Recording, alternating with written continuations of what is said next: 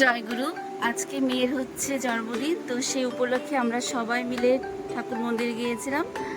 তো এটা হচ্ছে আমার মা আর আমার ছোটো বোনের 2 মেয়ে, সবাই রেডি হয়ে গিয়েছিলাম। যেহেতু 6টা হচ্ছে 26শে প্রার্থনা ছিল, আমি আমার মেয়ের বান্ধবী সবাই দাঁড়িয়ে আছি। 6টা প্রার্থনা ছিল 26শে, এর জন্য আমরা একটু তাড়াতাড়ি বেরিয়ে পড়েছিলাম।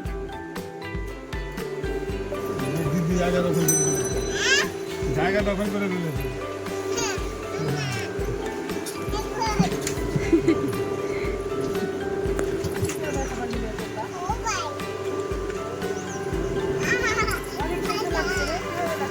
টাটা দিয়ে দাও, চলে আসছে।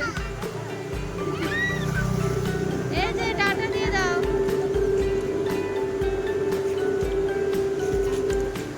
আমাদের রোজ রানী প্রচুর কথা বলে, আমি আর আমার বোন মিলে পড়েছি। তো চলে শুনবে আমার কথা। অনেক দিন পর, বলা যায় যে অনেক বছর পর ঠাকুর মন্দিরে এলেন উনি ঠাকুর দর্শন করার জন্য। তো চারপাশটা আমরা ঘুরে দেখছিলাম।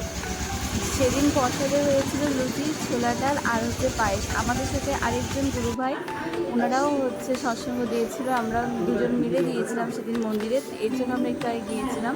দেখো কত সবাই সাহায্য করে, এদেরকেই বলে হয়তো গুরু ভাই।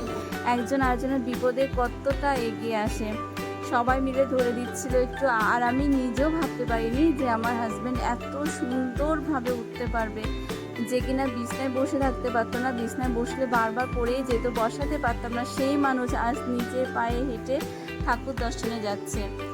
1 সপ্তাহ আগে আমি গিয়েছিলাম মন্দিরে। আজ হচ্ছে আজ হচ্ছে 9 তারিখ জুন মাসে।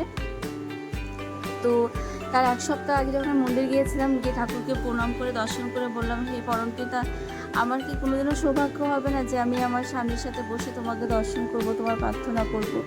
দেখো কি অদ্ভুত কাণ্ড, যে ছেলে কোনোদিন কোথাও আসতে চায় না, তাকে শুধু আমরা 2বার বলেছি চলো না যাই আজ মন্দিরে।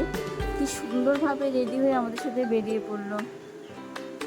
একটা করে সিঁড়ি পার করছি আর উপরে যাচ্ছি, তত বেশি মনে জোর পাচ্ছে যে আর কয়েকটা সিঁড়ি পরে তার সাথে দেখা হবে, ভক্তের সঙ্গে ভগবানের মিলন। জানেন তো, জীবনে অনেকটা সময় পেরিয়েছি, অনেক অন্ধকারে জীবন কেটেছে আমাদের, কিন্তু আস্থা কোনো দিন কাটেনি ঈশ্বরের প্রতি। আজ এই ভিডিও মূল বিষয়বস্তুটা যেটা জানাতে চাচ্ছি, যে ভগবান যার যেই গুরু হয়ে থাক না কেন, আমরা যদি তাকে মন দিয়ে ভালোবাসি, বিশ্বাস রাখি, তাহলে দেখবে আমরা কখনো ঠকবো না, মানে অন্ধকারে আমরা হারিয়ে যাব না। সে যেই হোক না কেন, শুধু মন আর নিষ্ঠা ভক্তি দিয়ে যদি আমরা ভগবানকে রাখতে পারি। আমার ছোট বোন, ও একটা খুব সুন্দর ভজন করেছিল তখন। তো চলো শোনা যাক।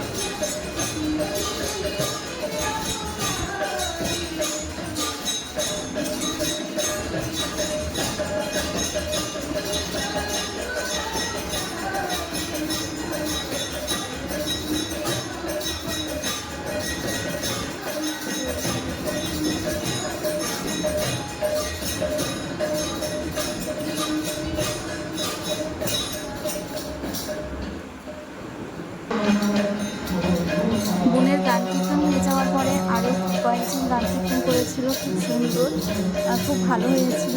তারপর হচ্ছে কথা কীর্তন হয়, আলোচনা, ঠাকুর প্রসঙ্গে খুব সুন্দর আলোচনা রাখেন বিক্রি দাদারা যারা এসেছিলেন।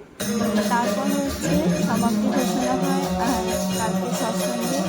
তো এইভাবে চলেছিল আমার ছোটো জন্মদিন। আমরা কাছে সবাই খুব ভালোভাবে কেটেছিল, ঠাকুরকে দিয়ে ঠাকুরের কথা মেনে হাতে চলতে চলতে যতটা পারি চেষ্টা করে চলা, কীভাবে বাঁচা যায় বা বাঁচার পথ বোঝা যায়। তো আজ এই পর্যন্ত, আবার ভিডিও নিয়ে আবার আসবো। আর যদি তোমাদের ভালো লাগে তো সবাইকে বলবো একটু লাইক করে দিও, শেয়ার করে দিও, কমেন্ট করে দিও। অনেকেই করছো, অনেকে খুব সুন্দর সুন্দর কমেন্ট করছো, খুব ভালো লাগছে দেখে। এভাবে যদি করতে করতে চা হয় দেখছি।